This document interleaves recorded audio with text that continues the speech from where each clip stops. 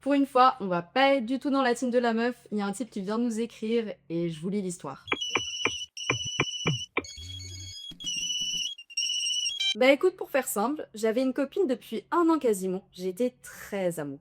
Ça en est. On travaillait tous les deux en restauration et on se fait booker l'été en festival, au bar, sur des dates où il se trouve que c'est son anniversaire. Les shifts qui nous sont attribués sont elle en journée et moi le soir. On se rend vite compte que l'on ne se verra pas beaucoup. Tu m'étonnes. Pour le dernier soir du festival, j'avais sympathisé avec des personnes de la régie au moment du montage et demande s'il serait pas possible de lancer un effet pyrotechnique à minuit dans le ciel, rien que ça, et de lui faire une dédicace en lui souhaitant joyeux anniversaire. J'ai la confirmation le jour J que le DJ King X est d'accord pour le faire, et demande à ma copine de venir à 23h55 devant le bar. 56, 57, 58, 59, toujours personne. Ok.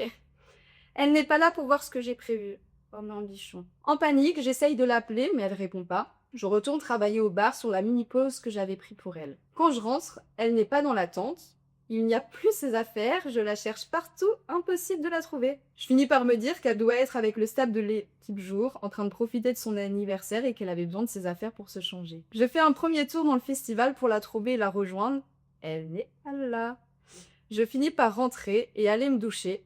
Oh my god. Elle m'avait laissé dans ma trousse de toilette une capote avec un mot me disant que pour son anniversaire, elle voulait devenir un couple libre et s'enduire dans la monogamie. La capote était pour me dire que je pouvais profiter comme elle du reste de ma nuit comme je le souhaitais. Je suis repartie en panique ultime sur le festival sans la trouver une nouvelle fois.